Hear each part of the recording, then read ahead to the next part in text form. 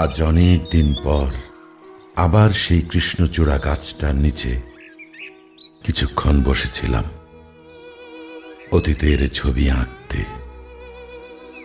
তুমি আর আমি রোজ এইখানটাতেই বসতাম, যেন এই জায়গাটা কেউ দলিল করে দিয়েছিল।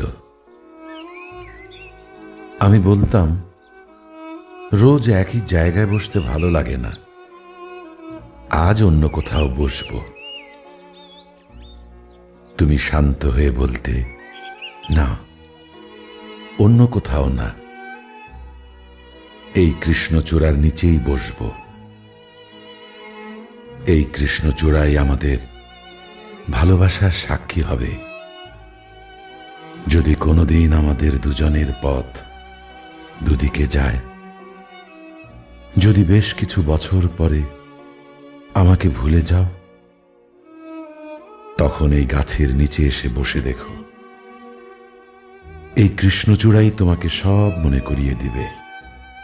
তাই বুঝি গাছ তো কিছু বলতেই পারে না, আমাকে কিভাবে মনে করিয়ে দিবে? আর তাছাড়া আমাদের পথ কখনো দুদিকে যাবেই না। কিন্তু কি আশ্চর্য ব্যাপার, সত্যি সত্যি কথাগুলো মনে পড়ে গেল। আর হ্যাঁ, আমাদের দুজনের পথ দুদিকেই চলে গেছে। আমি অবাক হয়ে দৃষ্টি রাখলাম কৃষ্ণচূড়ার লাল টকটকে ফুলের দিকে। পুরো গাছ জুড়ে সেই একই রকম ফুল, একটুও ম্লান হয়নি। আমি ওকে ছুঁয়ে দেখলাম সেই একইভাবে, কিন্তু আগের মতো গাছের উপরে রাখা আমার হাতের পরে তোমার হাতের কোনো অস্তিত্ব টের পেলাম না।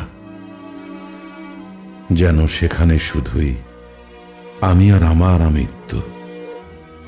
এই জায়গাটা দলিল করে নিয়েছে অন্য কেউ, আমার ভাগে দলিল হয়েছে কেবল একাকিত্ব। যেন শত বছরের পুরনো এই কৃষ্ণচূড়ার মতোই নির্বাক। খুব জানতে ইচ্ছে করছে, তুমি কি একবারও এসেছিলে এখানে, ঠিক আমারই মতো? তুমি কি আমার মতো করেই খুঁজেছ কৃষ্ণচূড়ার নগ্ন গায়ে আমাদের নামের আদ্যাক্ষর? প্রশ্ন করেছিলাম, কিন্তু কোনো উত্তর পাইনি। অতঃপর কৃষ্ণচূড়া দাঁড়িয়ে রইল, আর আমি পা বাড়ালাম সম্মুখ পানে।